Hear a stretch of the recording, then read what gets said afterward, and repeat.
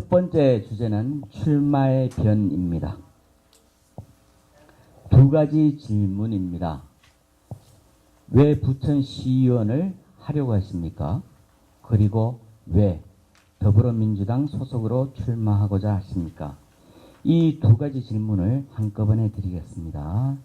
순서대로 답변해 주시면 고맙겠습니다. 먼저 홍진아 후보님 답변해 주십시오.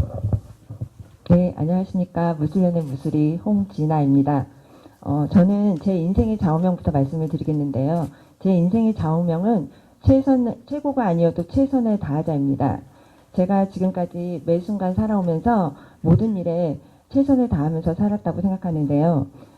어렸을 때는 힘든 가정 환경 속에서 물론 상고를 어쩔 수 없이 가게 됐지만 그 환경 속에서도 저는 최선을 다했고 그리고 그 다음에 새마을금고에 취직을 했을 때도 새마을금고의 노동 환경이 열악했기 때문에 그것을 개선하고자 노동조합을 결성을 했고요. 거기서 여성부장이라는 간부의 역할로 운동을 했습니다. 또 그 다음에 제 인생은 또 엄마로서의 인생이 시작됐는데요. 저희 아이를 키우면서 제가 할 수 있는 일은 우리 아이를 잘 자라게 하기 위해서 주변의 아이들도 같이 케어하기 위한 노력을 했습니다. 그래서 학교에서 학부모회장으로서 또 운영위원장으로서 또 지역에서 어머니 폴리스 지역 단장을 맡으면서 여러 가지 활동을 하면서 저는 제 나름 최선의 활동을 하고 있었습니다. 그런데 저에게 조금 더 새로운 환경이 시작됐습니다. 2016년 겨울 광화문 촛불 집회였었는데요. 지금까지 살아오면서 여러 가지 일을 했지만 그것이 더불어민주당이 추구하는 것과 맞닿아 있었음에도 불구하고 저는 제 스스로 정치와는 굉장히 거리가 멀다라고 생각하고 살았습니다. 정치는 누군가 잘 해주겠지 하면서 외면한 면도 있었고요. 그런데 제가 외면하는 순간 이명박근혜 정부에서 나라를 엉망으로 만들었다는 걸 알게 됐습니다. 그래서 많은 반성을 했고요. 매주 광화문에서 촛불을 들면서 함께 했습니다. 그 광화문 촛불 집회를 주도했던 당이 더불어민주당이었고요. 저는 2017년 1월에 처음 민주당 당원이 됐습니다. 이제 제가 사는 세상에 최선을 다할 때인 것 같습니다. 그래서 이 정치에 책임을 지기 위해서 부천시 의원이 되기로 결심했습니다. 물론 제가 상고 출신이고 이제 행정학 공부를 시작했습니다. 부족할 수도 있습니다. 그러나 무술연의 무술이 이 홍진아가 자신할 수 있는 것은 적어도 저희 사리사욕을 위해서 행동하지 않겠습니다. 또 주민들에게 갑질을 한다든지 저의 직무를 게을리한다든지 하는 일은 절대 없을 것입니다. 제가 살아온 인생으로 자신할 수 있습니다. 무술연의 무술이 홍진아가 인생 순간순간을 최선을 다하면서 산 것처럼 이제 더불어민주당과 문재인 정부의 이념이나 정책이 부천시에서도 잘 진행될 수 있도록 도울 것이고 또 우리 지역에서 지역 주민들을 위해서 발전할 수 있도록 이야기에 귀 기울이고 최선을 다하면서 좋은 지역으로 만들 수 있도록 최선을 다하는 삶을 살도록 하겠습니다. 자, 이 말에 마지막으로 딱 단적으로 한마디만 더 말씀을 드리자면 지금 당장 뭐 그럴 일이 있을지 모르겠지만 행여라도 지금 자유한국당에서 저에게 국회의원 배지를 달아준다고 해도 저는 그쪽은 아니라고 생각합니다. 그래서 그게 제 마지막 답변입니다. 이상입니다. 예, 안녕하세요. 예, 부천의 아들 박명서입니다. 왜 시의원이 되려고 하고 그리고 왜 더불어민주당을 선택했나에 대해서 두 가지 이유를 말씀을 드리겠습니다. 저는 문화 콘텐츠를 공부하고 문화 콘텐츠 회사를 운영해 오면서 그동안 공연 및 축제 기획, 앨범 기획 등을 해왔습니다. 어느 순간 소외계층은 문화를 못 누린다는 것을 알게 됐습니다. 소외계층의 가장 취약한 점은 자존감, 소외감이라고 생각합니다. 아이들과 독거노인, 청년, 그리고 소외된 사람들의 삶에 지친 마음을 조금이나마 위로하고 싶었습니다. 더불어민주당의 정책은 공정성 강화, 생활문화의 확대에 초점이 맞춰져 있습니다.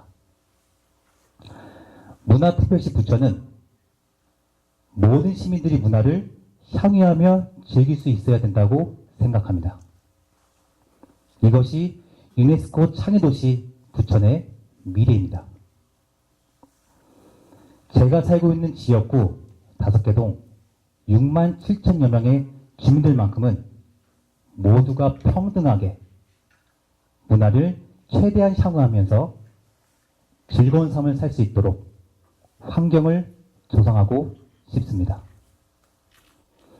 두 번째 이유는 원미갑 우리 지역구 김경협 국회의원님의 더 큰 정치를 할 수 있도록 더 높은 곳으로 올라갈 수 있도록 보필할 수 있는 사람이 바로 저 박민서라고 생각합니다.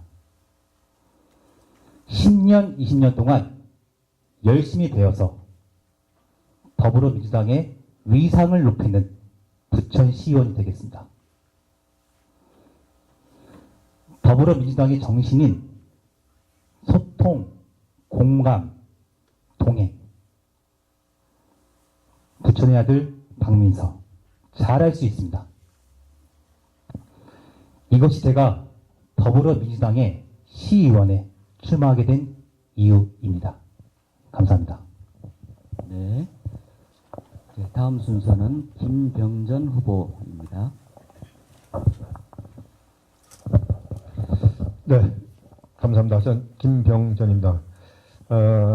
저도 출마의 변이라든가 시의원을 왜 하라고 하는가, 여기에서 이제 잠깐 말씀을 드리면은, 저는 이제 아버님께서 사업을 실패하셔가지고, 제가 공직 생활을 상당히 빨리 시작했습니다. 그래서 한 20살에 공직을 시작해갖고, 처음에 근무했던 장소가 여기 신곡 이동사무소를 77년도에 발령받아가지고, 작년 4월 1일자로 퇴직을 해서 한 40년 동안 공무원 생활을 했습니다.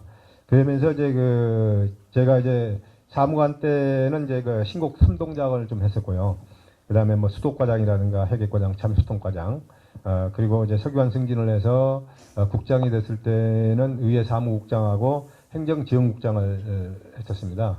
그리고 이제 인구 45만의 이제 원미구청을 마지막 구청장 역할을 좀 했었는데, 이러한 경험을 조금 살려서 어떻게 하면 이제 시민들한테 봉사를 해볼까 하는 마음을 갖게 됐습니다. 그래서 진정으로 주민들한테 다가가는 한번 정치를 해봐야겠다 하는 마음을 갖고서 시의원에 도전하게 됐습니다.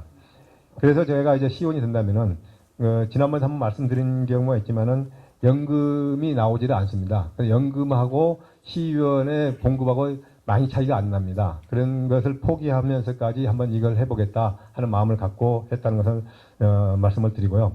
그리고 한 가지 이제 행정지원국장을 제가 하면서 행정체제를 좀 개편한 것을 입안을 했어요. 시구동사무소를 이제 2단계로 구청을 이제 폐지를 하고, 그러다 보니까 저도 마지막 구청장을 했지만은요. 그래서 이걸 하면서 이제 경인 히트 대상하고 대한민국 지방자치 대상을 이제 수상을 한 거가 있는데, 그런 저기를 하는데 1조를 했다고 자부를 하고 있습니다. 그런데 이 사항이 지금 제가 당초에 입안했던 것보다는 조금 미진한 부분이 많이 있는 것 같습니다. 그래서 이런 행정체제 개편을 한번 조금 더 심도 있게 완성시켜 보고 싶은 마음이 있습니다. 그런다고 해서 이것을 이제 주민 의견을 듣지 않고 하겠다는 것은 아니지만은, 주민 의견을 충분함에 수렴해 가지고 그 부분을 좀 해보고 싶다는 말씀을 드리고, 그리고 이제 우리 박민서 후보도 한번 말씀을 드렸지만은, 제가 이제 이 부분에 대해서 이제 하고자 하는 것은, 지금 김경엽 의원님께서 매주 토요일 날을 시민과 함께하는 날로 지정해서 운영을 하고 있습니다. 그래서 저 역시 여기에 동참을 해가지고 운영을 한다고 그러면은, 김경엽 의원님께서는 국가적인 큰 것을 해결하고, 제가 이제 지금까지 받은 행정적인 경험을 바탕으로 해가지고 우리 원미구 주민들의 민원을 해결하면은 보다 더 신속하게 처리하지 않을까, 그런 것을 이제 감안해서 시의원을 한번 해보겠다 하는 것을 말씀을 드리고, 제가 이게 간단하게 한 가지만 이번에 이제 좀 말씀을 드릴 게 하나, 민원 처리한 걸 사례를 한번 말씀을 좀 드려보겠습니다. 제가 이제 현재 건물이 사무실가 이제 위치하고 있는 건물이 이제 대성빌딩 4층에 있는데 거기가 이제 수요금이 평소 한 11만 원 정도 나온다고 그래요.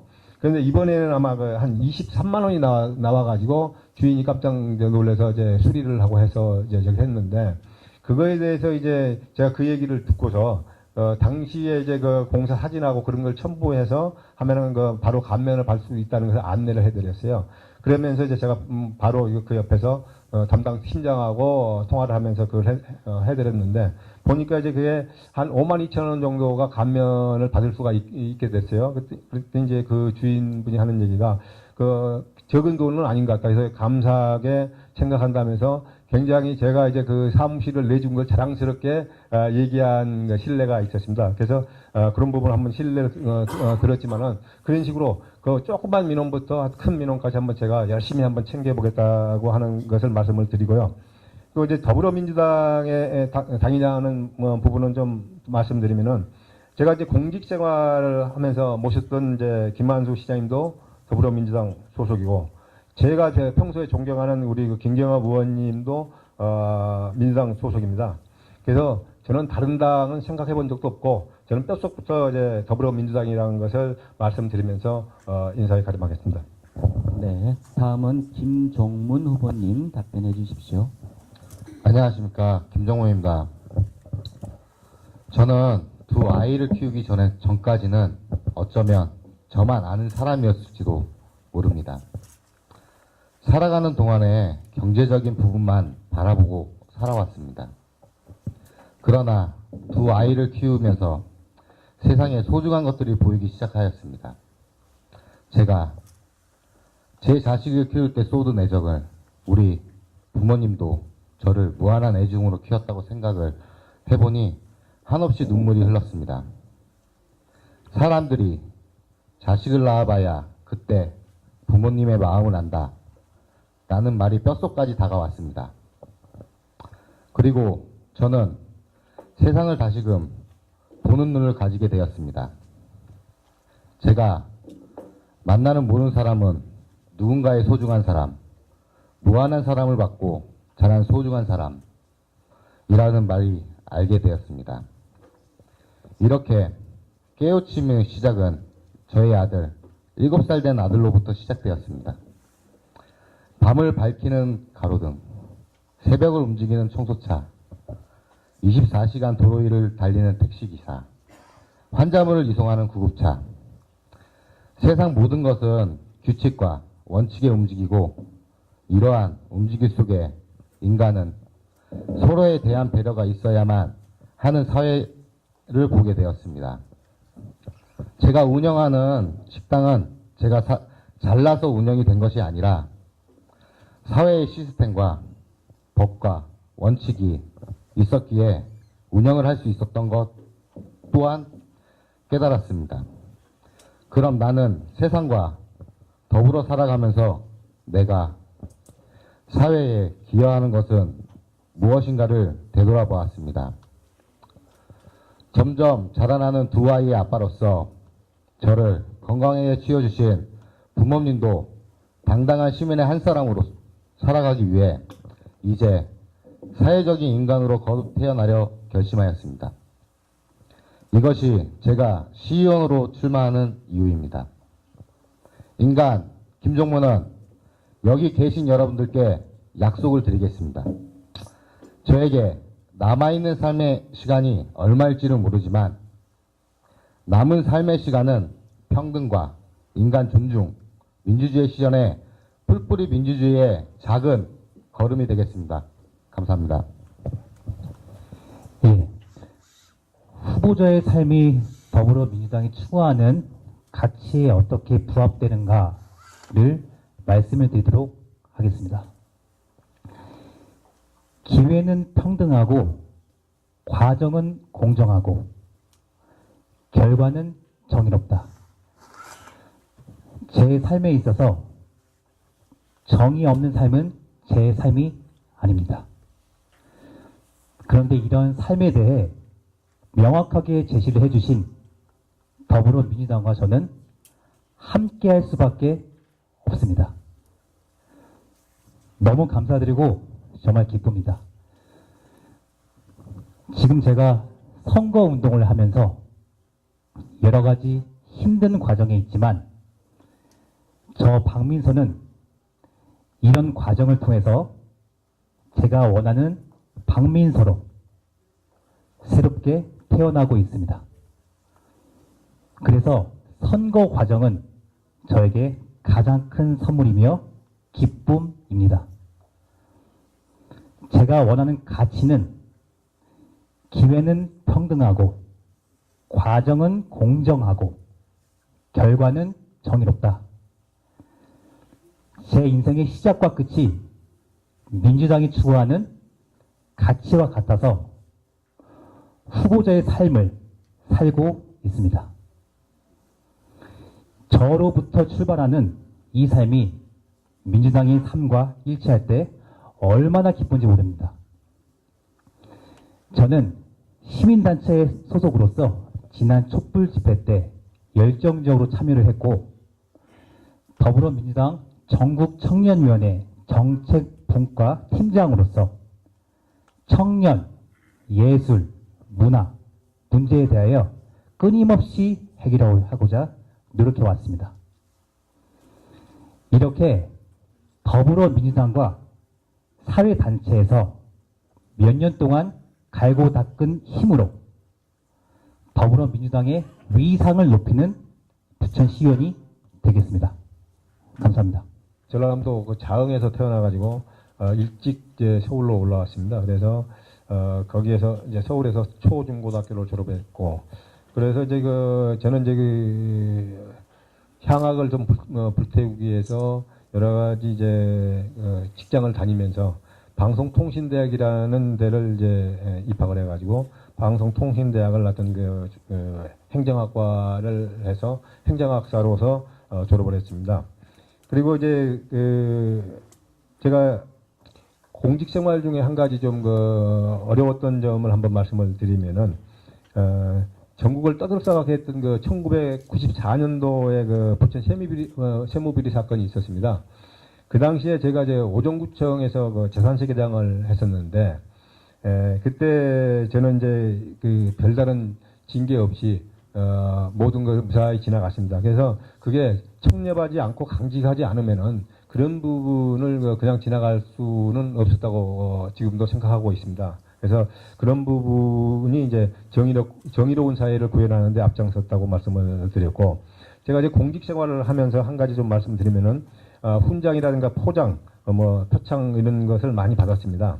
그런데 이제 훈포장을 한꺼번에 같이 받은 공무원들은 아무리 40년 공무원을 했다 하더라도 많지는 않을 겁니다. 그래서 그런 부분을 좀 자랑스럽게 생각하고 있고, 그 다음에 이제 그 중에서도 표창 받은 것 중에서 또 가장 기억에 남는 걸 말씀드린다고 그러면은 1987년도에 민주화 선언이 이루어지고 해서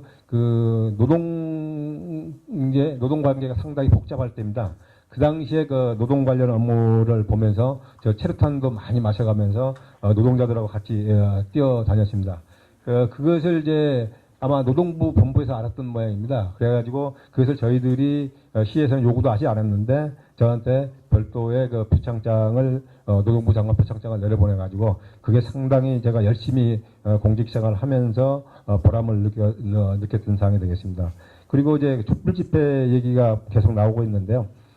저희 이제 아버님께서는 지금 금년도가 86세입니다. 그래서 이제 작년에 재작년 이제 하면은 84세, 85세 때 이때 이 노구를 이끌고서 매주 광화문에 촛불 집회를 참석하시더라고요.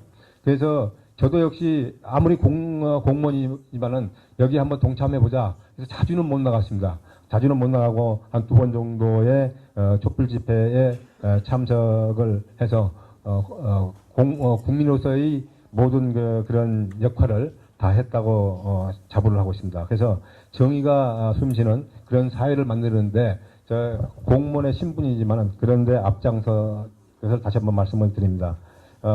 마지막으로 이제 제가 말씀드리고 싶은 것은 김대중 대통령님께서 말씀하신 게 행동하지 않는 양심은 악의 편이다.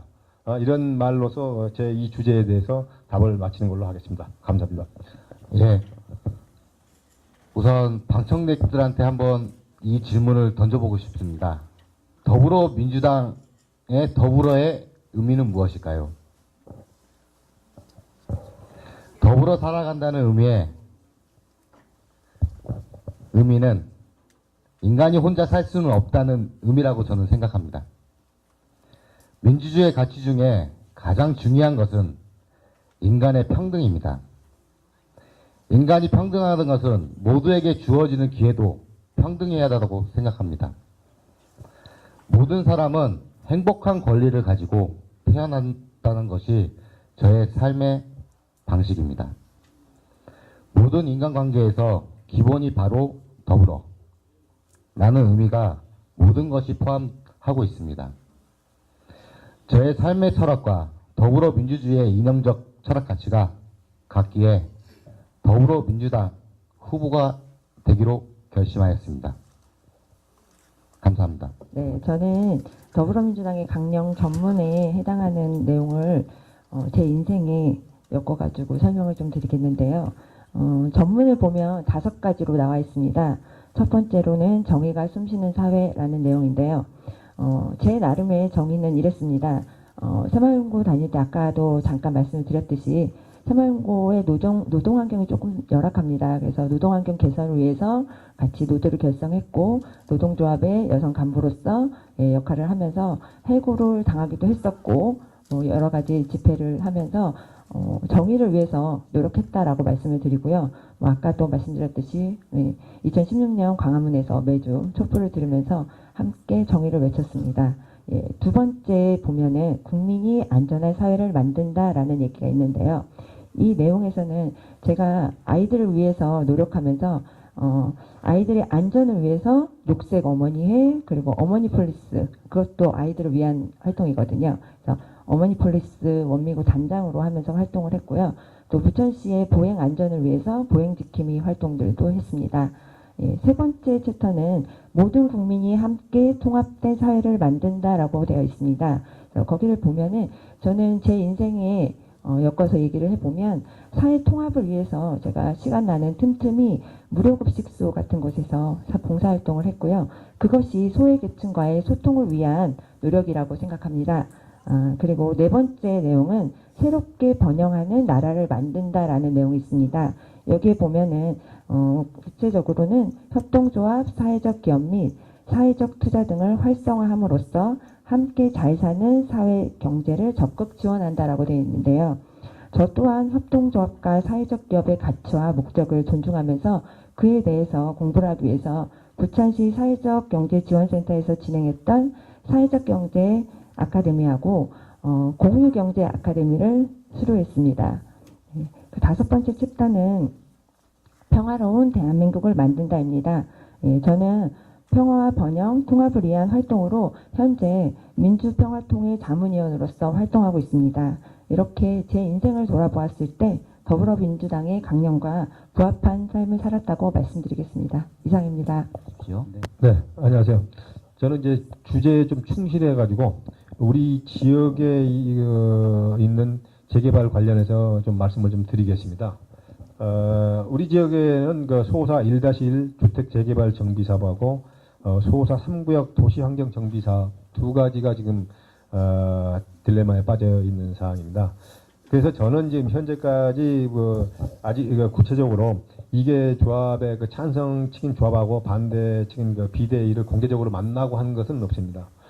그렇지만 그 소사 3구역의 경우에 보면은 부천시 지역별 특색 있는 생활권 계획 수립이라는 중장기 계획이 이제 수립이 되어 있는데 그 계획서에 보면은 그 추진하는 걸로 되어 있더라고요. 그래서 그 부분을 가지고서 한번 그 조합장을 한번 면담을 한 적이 있었습니다. 근데 거기에 이제 문제점이 가장 큰 문제점이 뭐였냐면은 지하 주차장을 200면을 조성해서 기부 체납을 해라.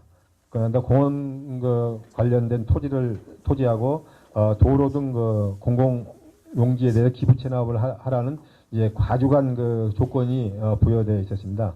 그래서 이제 그 조합 측에서 얘기는 뭐냐 그러면 지하 주차장 200면의 기부 체납 저기를 제외해 준다고 해주거나 현재 용적률을 한 13% 정도 상향을 시켜주면은 비대위 측을 충분히 설득할 수 있겠다 하는 얘기를 들었습니다. 그래서 그 부분을 이제 우리 시청 담당 국장하고 상의를 한번 해봤었는데, 그래서 긍정적으로 하여튼 그 검토를 해달라고 하는 요구를 했습니다. 그런데 아직까지 비대위 측에서 이거에 대해서 섣부르게 얘기할 수 있는 입장이 아니기 때문에 아직 구체적으로 비대위 측하고 대화는 아직 해보지 않았습니다. 그래서 현재 지금 말씀드리고자 하는 것은 뭐냐면은 제 3구역에 대해서 과다하게 이제 부과된 기부 체납 조건, 요 부분을 조금 이제 제외시켜서 그게 가능할 것 같다. 그러면 하여튼 빠른 시간 내에 이것을 추진할 것이냐, 해산할 것이냐, 그런 부분을 해결해야 될 것 같더라고요. 그래서 그래야만이 하여튼 힘의 낭비도 없어지고 우리 거주하고 계시는 주민들의 재산상 손실도 최소화시킬 수 있다고 봅니다. 그래서 하여튼 이런 부분을 좀 더 제가 적극적으로 한번 검토를 해보는데, 이게 이제 가장 큰 문제가 뭐냐면은 이제 법하고 조례, 그런데 규정돼 있는 부분에 이제 원칙을 좀 준수를 좀 해야 된다 하는 부분이 있고, 실질적으로 그게 가장 와닿는 팩트가 어디에 있는가, 그리고 누가 어떤 부분에서 다수결로 해결할 수 있는 부분이 있는가, 그리고 이제 그다음에 재산상 손익 계산을 좀 해봐야 될 것 같고, 그다음에 이제 마지막으로 이제 기존 주민들이 이걸 했을 경우에 정착률이 얼마큼 될 것이냐, 이런 다각적으로 이제 검토를 해서 처리를 해야 될 것 같은데, 그렇다고 해서 소수자의 의견을 무시를 해서는 안 될 것 같습니다. 그래서 양측의 합의점을 빠른 시간 내에 찾아보도록 하겠고, 그리고 이제 법이라든가 조례 이런데 이제 문제점이 발생이 됐을 때는 바로 시의원의 권한으로서 조례를 개정해서 빠른 해결을 촉구를 해야 될 것 같습니다. 그래서 지금 하나의 사례를 보면은, 지금 이제 사회를 보고 계시는 서원성 의원님께서 지난 임시회의 때 부천시 도시 및 주거환경 정비 조례를 개정해가지고 그것을 구조적으로 이제 했습니다. 그래서 우리 의원님께서 원송도 받고 환호도 받고 동시에 받은 사실이 있는데, 저 역시 이게 이제 원성을 받는 부분에서 그게 너무 지나치게 의식하지 않고 해서 하여튼 그런 부분 제 나름대로의 판단에 의해서 처리하겠다는 것을 말씀을 드린 걸로 하겠습니다. 네, 감사합니다.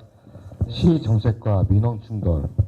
예를 말하기 전에 제가 저번에 신문에서 본 기사가 있습니다. 이거는 싫어합니다. 미국에서 실제로 발생한 일이고요.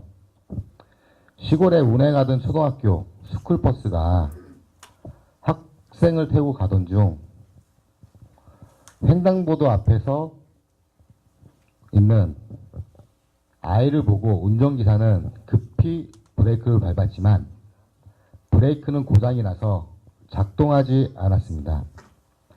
운전기사 선택은 어떻게 하였을까요?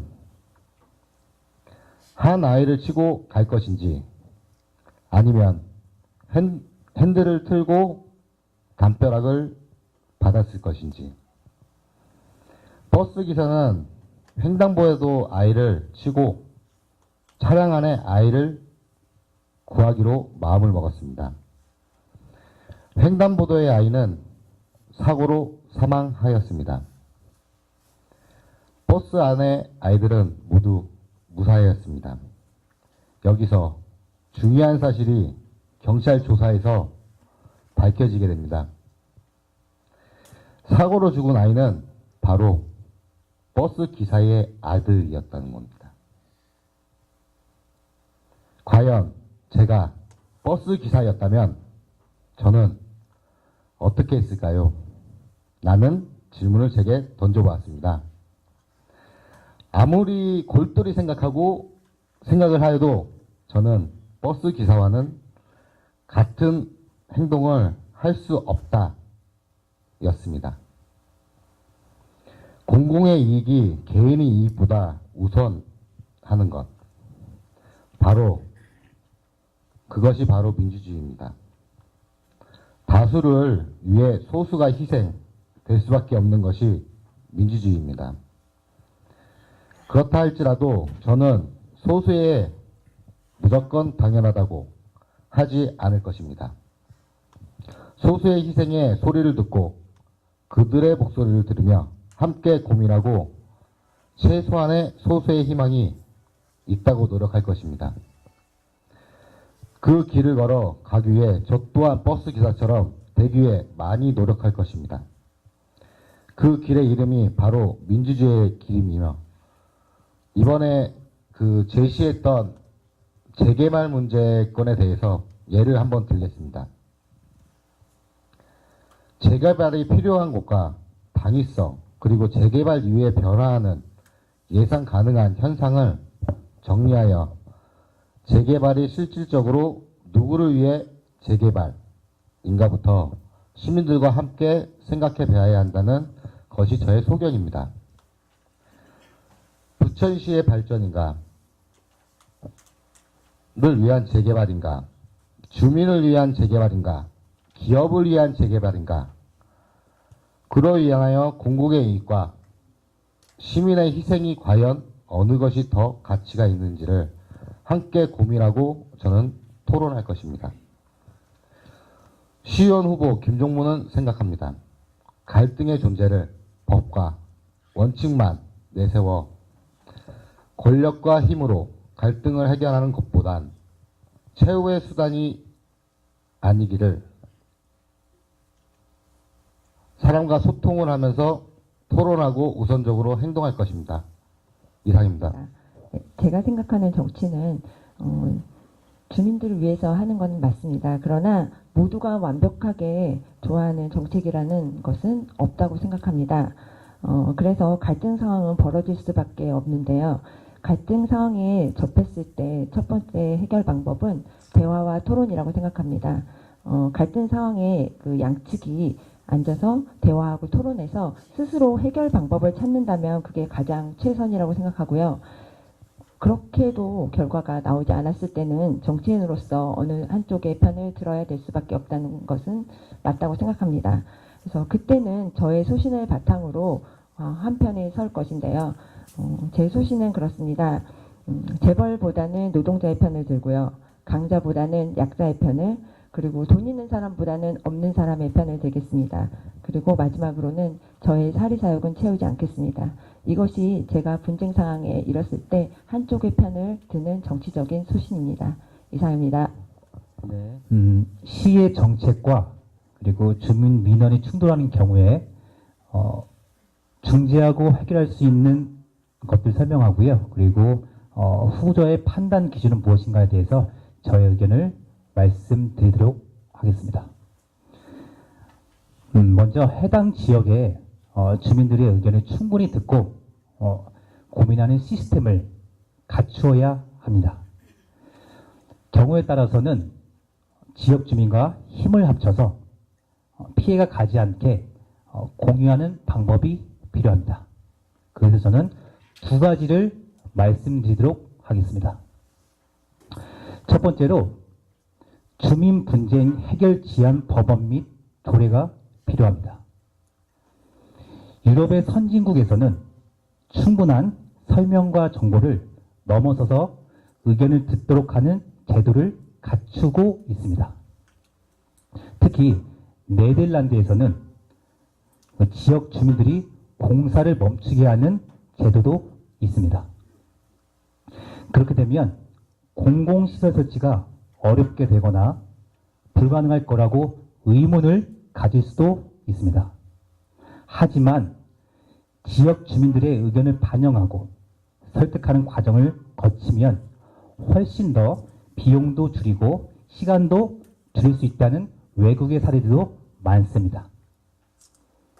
밀어붙인 사업을 자제하고 선진국형으로 지역 주민들의 참여를 함으로써 주민들에게 덜 피해가 가고 주민들이 이득이 되는 방법을 같이 고민하는 방향으로 가야 할 것입니다.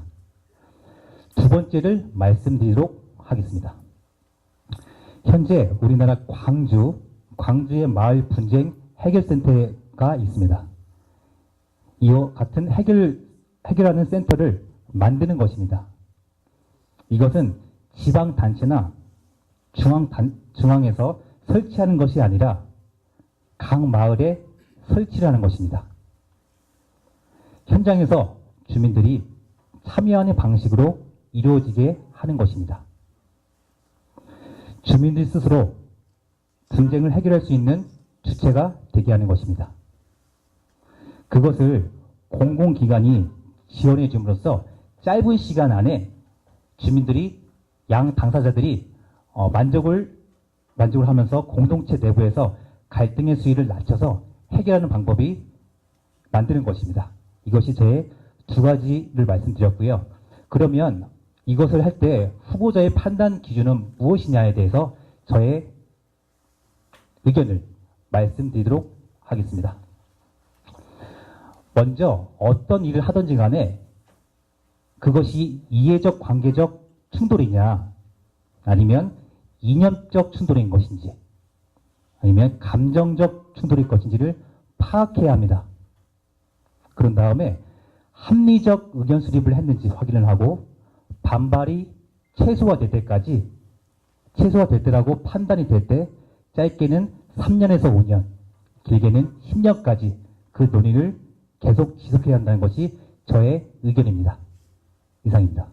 제가 대표 공약을 시의원이 되면은 시민에게 무엇을 할 것인지를 항상 이제 생각하고 지역을 돌아다니면서 여러 가지 공약을 며칠 머리를 써면서 고민하고 생각하고 했는데 지금 원미구 갑 나지구는 뭐 주차 문제부터 해가지고 사회적 배려자를 위한 복지 등등 제가 구상하는 기획한 공약들을 보면은 더불어민주당 시장님 후보님 이렇게 벌써 공약이 다 담아있는 내용입니다.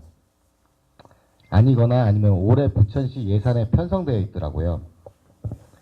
제가 시의원이 되면 꼭 해야 할 공약이라고 말씀하면은 시장 후보님들이 나오신 후보님 중에 당선된 시장님 공약을 살피면서 꼭 실천하는 우리 동네에 필요한 실천하는 공약을 제일 먼저 시장님한테 말씀드려서 제 공약을 먼저 첫 번째로 해달라고 부탁하는 게 우선일 것 같습니다. 그리고 내년에 치러질 국회의원님 후보의 공약을 또 모아가지고 당선되신 분 후보님의 공약을 지켜서 저희 시의원으로서 저희 원미갑 나성구 지역을 먼저 그 공약을 맞는 공약이 있으면 빨리 하겠습니다. 시의원으로서 공약보다 시장님과 국회의원님의 지역 발전을 위해 더 많은 공약을 하게끔 저 옆에서 현실성과 속도면에 빠른 것을 얘기하겠습니다. 아까 사회자님께서 말씀하신 저희 지역의 여러 가지 문제들 중에 주차장 문제도 있었는데 저는 지금 시의원 후보로 나온 거기 때문에 지킬 수 없는 약속, 제가 감당할 수 없는 약속은 드릴 수가 없습니다. 그래서 주차장 같은 경우는 몇 년 전부터 저희 지역구 국회의원님하고 얘기했던 부분이 있어서 전에 강동구 의장님도 출마 기자회견 때 잠깐 말씀하셨던 학교 지하 주차장에 대해서 논의를 했던 바 있고요. 그 논의의 중간에서 저희 역할을 최선을 다하는 것으로 해결을 해보려고 하고 있습니다. 그래서 그거는 제가 공약으로 넣기에는 제 이름으로 걸 공약은 아니기 때문에 그 말씀은 못 드리고요. 제가 학부모로서 활동을 오래 하다 보니까 아이들 관련 공약에 좀 관심이 많습니다. 그래서 제가 실천 가능한 공약을 하나 말씀을 드리겠습니다. 그래서 그 중에 하나가 어린이 장난감 이동 도서관입니다. 이 공약은요, 0세부터 6세 아동을 대상으로 해서 장난감을 싣고 지역 주민들을 위해서 직접 찾아가는 그런 방식인데요. 통계를 보면 우리나라 전체 인구 5,100만 명 중에 6세 이하 인구가 300만 명으로 5.85%를 차지하고 있고요. 부천시는 전체 85만 인구 중에 6세 이하 인구가 4만 7천 명으로 5.58%를 차지하고 있습니다. 그리고 저희 지역구에 전체 인구는 6만 7천 명인데 6세 이하의 인구가 2,700명으로 4%밖에 차지하지 않고 있습니다. 나선거구 기준으로 봤을 때 우리나라 전체 비율보다 1.85% 낮고요. 부천시 비율로도 1.58% 낮습니다. 부천시도 전국 평균으로 봤을 때 1.27% 낮은 수준입니다. 제가 봤을 때 이 수치는 출산율도 낮고 또 아이 키우기에 적합하지 않다는 걸 보여주는 것 같습니다. 그래서 물론 이 장난감 이동 도서관 하나로 당장 뭐 출산율을 높인다든지 뭐 뭔가 획기적으로 바뀌지는 않을 거라고 생각합니다. 그렇지만 제가 부천시 의원으로서 작은 노력을 하나하나씩 해가면 출산율 증가라든지 육아 부담을 좀 완화해 준다든지 하는 정책에 도움이 될 것이라고 생각합니다. 그래서 이 정책을 실현하는 데 필요 예산은 한 대 기준으로 봤을 때 차량과 시스템 그리고 장난감 구입이나 뭐 이런 정도의 예산을 봤을 때 1억 3천만 원 정도 소요되고요. 저는 이것을 제가 당선이 된다면 2019년도에 예산 편성해서 2020년도에는 실행하려고 계획 중입니다. 이것이 무술년의 무술이 홍진아가 시의원으로서 하고 싶은 공약입니다. 이상입니다. 네, 그 후보자의 대표 공약을 말씀을 드릴 건데요. 이걸 언제까지 어떠한 방식으로 실천할 것이냐를 말씀드리도록 하겠습니다. 저는 총 제 공약 중에서 전 총 6개의 공약을 내걸었고요. 그래서 대표적으로 제가 현실 가능한 것들, 제가 자신 있는 분야에 대해서 말씀드리겠습니다. 우리 지역구의 가장 큰 문제점 중에는 제가 특별히 관심 있는 부분은 원도심 활성화와 상권 활성화입니다. 제가 특별히 신곡 심내강에 대해서 관심이 많습니다. 네, 많이들 알고 계시는 신곡천입니다. 네, 거창한 공약이 아닌 시의원으로서 신곡 심내강에서 할 수 있는 것에 대해서 말씀을 드려볼까 합니다. 원도심 활성화 방안의 하나로 신곡 프리마켓을 열겠습니다. 모티브는 강릉시의 명주 프리마켓으로 잡았습니다.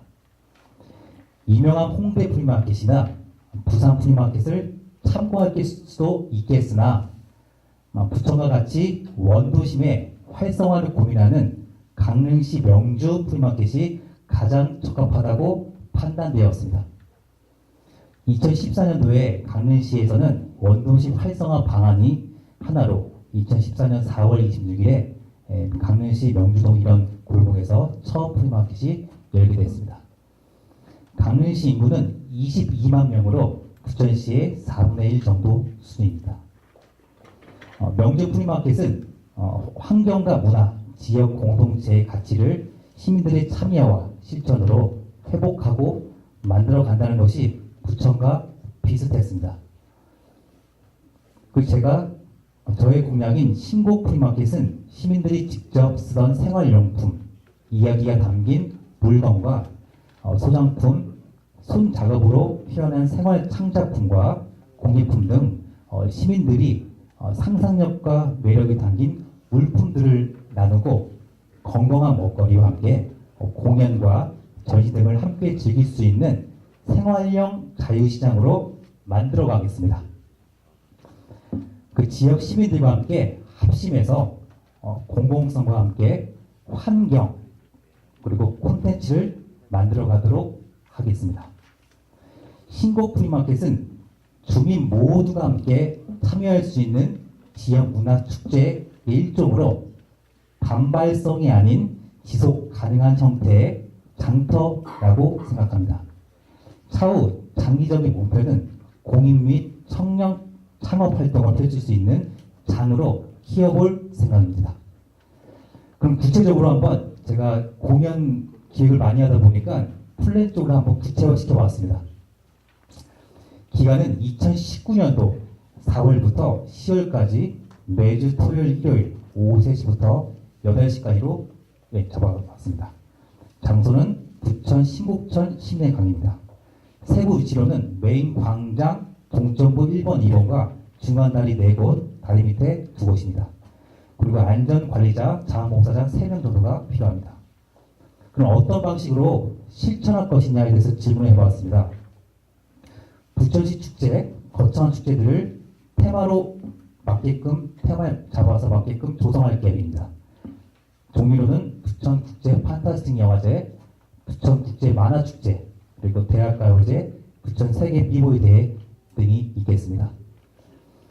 접수 및 진행 방식으로 운영을 해볼 계획인데요.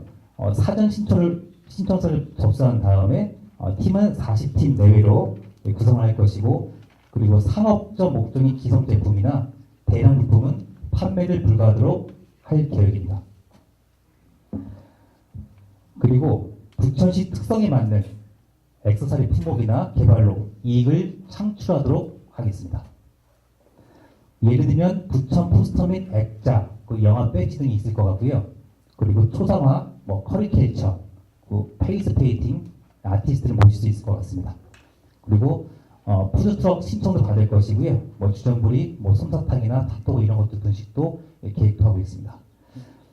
다양한 예술 아티스트들도 초청 및 기부 참여를 유도하도록 하겠습니다. 그리고 이런 젊은이들이 같이 참여할 수 있도록 하는 게 저희 신곡 프리마켓 계획이고요. 이것은 큰 비용이 들어가지 않은 것이기 때문에 2019년부터 단계별로가 아닌 지속적으로 할 수 있을 거라고 생각이 됩니다. 지난번에 어제 그 토론회에서 정재원께서 잠깐 언급을 했는데, 거기 이제 원미동에 산 29-32피에 거기에 5개 피지가 있습니다. 거기 면적이 한 4,892제곱미터. 평으로 따지면 1,480평 정도 되는데, 거기에는 이제 그 시유지가 940제곱미터고 나머지는 이제 3,952제곱미터는 개인 소유의 땅입니다. 그게 이제 그 그린벨트 절단 토지인데요.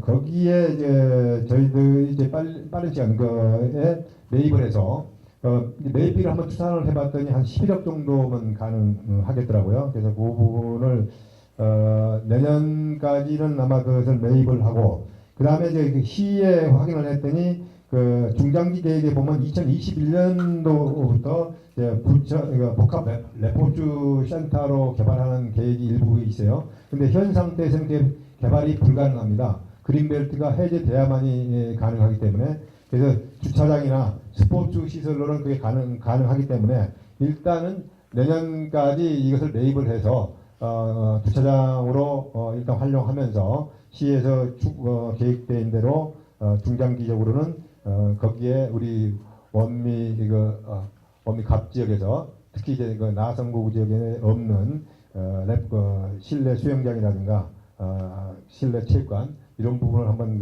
검토를 해보도록 하겠습니다. 이것은 이제 하드웨어적인 거고, 소프트웨어적인 것을 한 가지 좀 말씀을 드리면은, 제가 이제 그 작년에 퇴직을 하면서 시장님한테 건의를 해서 유소년 스포츠에 관련된 것을 제가 좀 보고를 했어요. 그래서 이제 그 부분을 이제 시장님께서 신경을 쓰셔가지고 저희들한테 예산을 좀 배려해서 테니스 종목을 작년도에 유소년 스포츠를 하고 있습니다. 그래서 이제 금년도에는 이제 역도하고 야구, 농구, 롤러 스포츠 그 4가지 종목을 이제 추가해가지고 5개 종목을 지금 시행을 하고 있는데, 이 부분이 이제 그 도교육청에서는 이제 그 지역사회와 함께하는 학생 선수 육성 시스템이라고 해가지고 이 부분을 지금 시행을 하고 있습니다. 그래서 지금 현재는 도하고 매칭 사업을 해서 이걸 하기 때문에 시비가 50%가 들어가고 도에서 50%를 지금 지원을 하고 있는 사업입니다. 그런데 지금 현재 우리 부천시의 초중고등학교 운동부가 17개 종목에 52개 팀이 있습니다. 그래서 선수로는 한 700명 정도가 있는데, 근데 부천시에 등록되어 있는 체육단체 종목은 56개 종목입니다. 거기에 보면 한 30% 정도밖에 지금 현재 학교 스포츠가 반영하지 못하고 있습니다. 그런 부분을 하여튼 자라나는 우리 청소년들한테 꿈과 희망을 주기 위해서는 이 스포츠 종목에 대한 유소년 아카데미를 좀 더 계속 지속적으로 좀 확대를 해보고자 하는 게 제 공약입니다. 근데 그 부분은 종목당 한 4천만 원 정도만 되기 때문에 그걸 확대하는 데는 큰 예산은 소요되지는 않으면서 효과가 상당히 있는 것 같습니다. 그래서 그 부분을 한번 검토를 해보고, 제가 이제 마지막으로 이제 시의원이 된다 그러면 조례를 한번 검토를 한번 해봤는데요. 조례 중에서는 제가 이제 그 인권 조례가 우리 이제 그 다른 시군에는 어느 정도 돼 있어요. 지금 조사해 봤더니 광역자치단체 같은 경우는 17개 중에서 16군데가 조례가 제정이 되어 있습니다. 그리고 이제 기초단체인 경우는 56곳이 지금 현재 조례가 제정되어 있는데 우리 부천시에 이런 조례가 되어 있지 않습니다. 그래서 이 부분을 조금 이제 다듬어서 내년 상반기까지 한번 인권조례를 만드는 것을 대표공약으로 해가지고 하드웨어적인 거, 소프트웨어적인 거, 그 다음에 조례 이 세 가지로 해서 제가 하고자 하는 사항을 보고드렸습니다. 마지막으로 후보당 1분씩을 드리겠습니다. 부천 시민들과 가선거구 유권자들에게 마무리 인사 말씀해 주시기 바랍니다. 순서에 의해서 홍진아 후보님부터 인사 말씀해 주십시오. 네, 무술년의 무술이 홍진아입니다. 제가 계속 주장했듯이 무술입니다. 예, 제 별명은 무술인데요.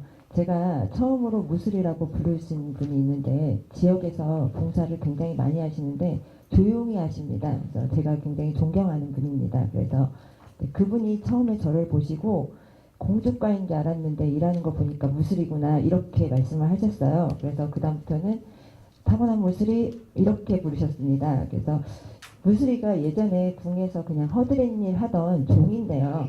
어떻게 들으면 비하 발언 같기도 하고 하지만 저는 그 말을 싫게 듣지 않았습니다. 그래서 제가 시의원 선거에 나오기로 결심을 하면서 제 스스로 무술이라고 이름을 칭한 것은 두 가지 이유가 있는데요. 하나는 처음 저에게 무술이라고 칭하셨던 선생님처럼 제 이미지를 서울 깍쟁이로 보시고 일 안 하는 약간 공주가일 거다라는 이미지를 벗고 제 원래 모습으로 저 무술입니다 라를 보여드리고 싶어서 무술이로 정했고요. 또 하나는 정치인들에 대한 얘기인데요. 예, 정치인들은 원래 주민을 위해서 대신 일을 하라고 뽑아놓은 거지 왕노릇하라고 뽑는 건 아니라고 생각합니다. 그래서 저는 주민들을 대신해서 지역 일을 하고 그리고 또 좋은 조례도 발의하고 때로는 허드렛 일도 마다하지 않는 그리고 열심히 봉사하는 그런 겸손한 정치인이 되려고 합니다.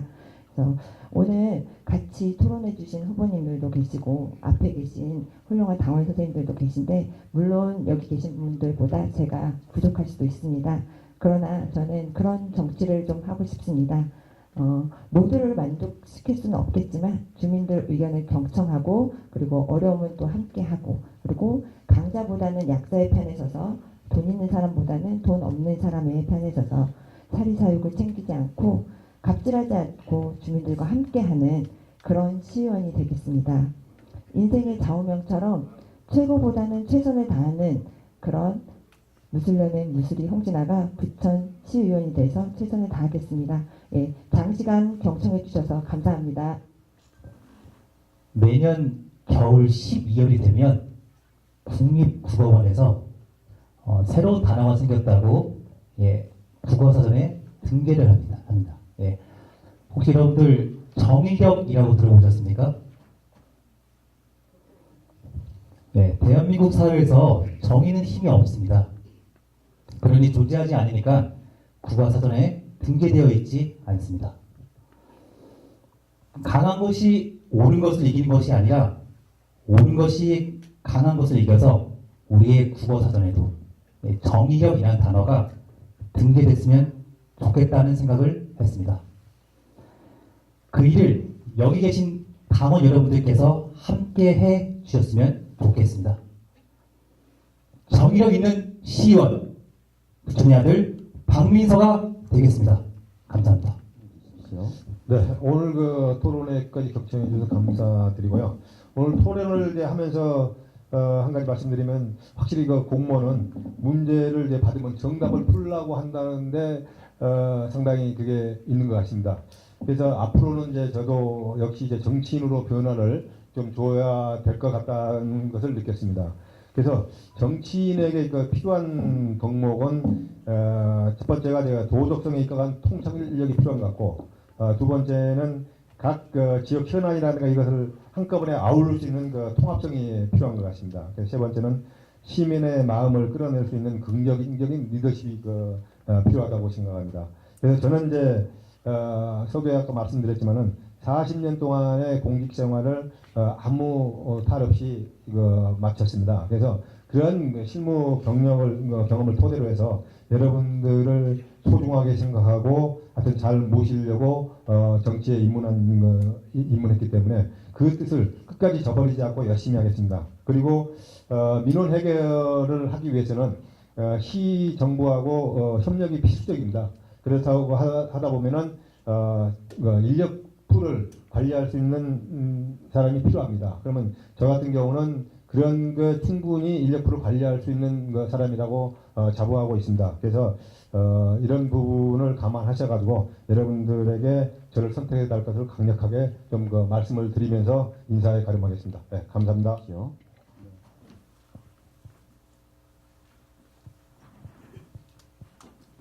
오늘 바쁜 와중에도 이렇게 참석해 주신 내외 기빈 여러분 그리고 소중한 시민 여러분께 진심으로 감사드립니다. 많이 아는 것을 지식이라 한다면 아는 것을 실천한 것을 지성이라고 합니다. 저 김종문은 지식인이 아닌 지성인 김종문이 될 것을 더불어민주당 시의원 예비후보로 여러분께 약속드리겠습니다. 감사합니다. 네, 모든 마무리 인사 말씀을 드렸습니다. 그동안 박수 참으시느라고 얼마나 애쓰셨습니까? 한꺼번에 큰 박수 한번 부탁드립니다. 네. 시민 여러분, 그리고 여기서 차분히 토론회를 지켜봐 주신 이 당원 동지 여러분, 어떻게 보셨습니까? 여러분이 내신 세금으로 어떤 분을 고용해서 우리의 일꾼으로 쓰실 건지 혹시 마음으로 정하셨습니까? 아니요. 우리 아직 안 정하셨습니까? 우리 세금이 아깝지 않도록 잘 선택해 주시기 바랍니다. 로고스, 그리스어로 말을 의미하는 단어입니다. 그 로고스가 말도 의미를 하지만 진리도 의미를 합니다. 그리고 그게 그리스도교에서는 예수님을 상징하기도 합니다. 말은 그렇듯 진리를 담고 있어야 힘을 갖습니다. 흘러가버리는 허투루 내뱉는 그런 말들이 아니라 진리를 담고 있어야 그게 힘을 갖는다는 것을 지난 이명박근혜 정권 9년 동안 잘 봐왔습니다. 가만히 있으라, 아무 말 말고 있으라. 결국 이 4월에 우리의 꽃다운 아이들이 죽었습니다. 말을 하지 않으면 그 말의 자리에는 폭압과 부정부패가 자리할 수밖에 없습니다. 어제 박근혜 전 대통령이 24년의 형을 선고받았습니다. 그러나 국민들은 그 24년이 부족하다고 말씀하십니다. 이명박근혜 그 9년 동안 우리 국민들의 입을 틀어막고 그들이 호가호위할 동안 우리는 진리를 잃어버렸고 그 자리에 그들의 그 엉터리 없는 국민들을 상대로 한 사기 행각, 부정부패, 억압들을 이제서야 발견해내고 그것을 단죄해낼 수 있었다는 것 우리는 잘 알고 있습니다. 오는 6월 13일 우리 부천시를 위해서 우리 부천 시민들을 위해서 열심히 일해줄 선량들 이 네 분 중에서 나 선거구의 2인 선거구입니다.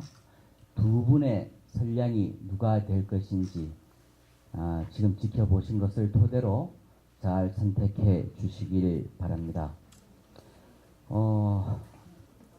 이어서 경기도의원 이선거구 토론이 이어질 텐데요. 이선거구 토론은 20분 있다가 좌석을 정리하고 5시부터 시작하도록 하겠습니다. 후보자 여러분 모두 수고하셨습니다. 그리고 시청해 주신 이 자리에 계신 당원 동지 여러분 더 이상의 수고를 하신 것 같습니다. 우리 다 같이 함께 수고하셨다는 마음으로 큰 박수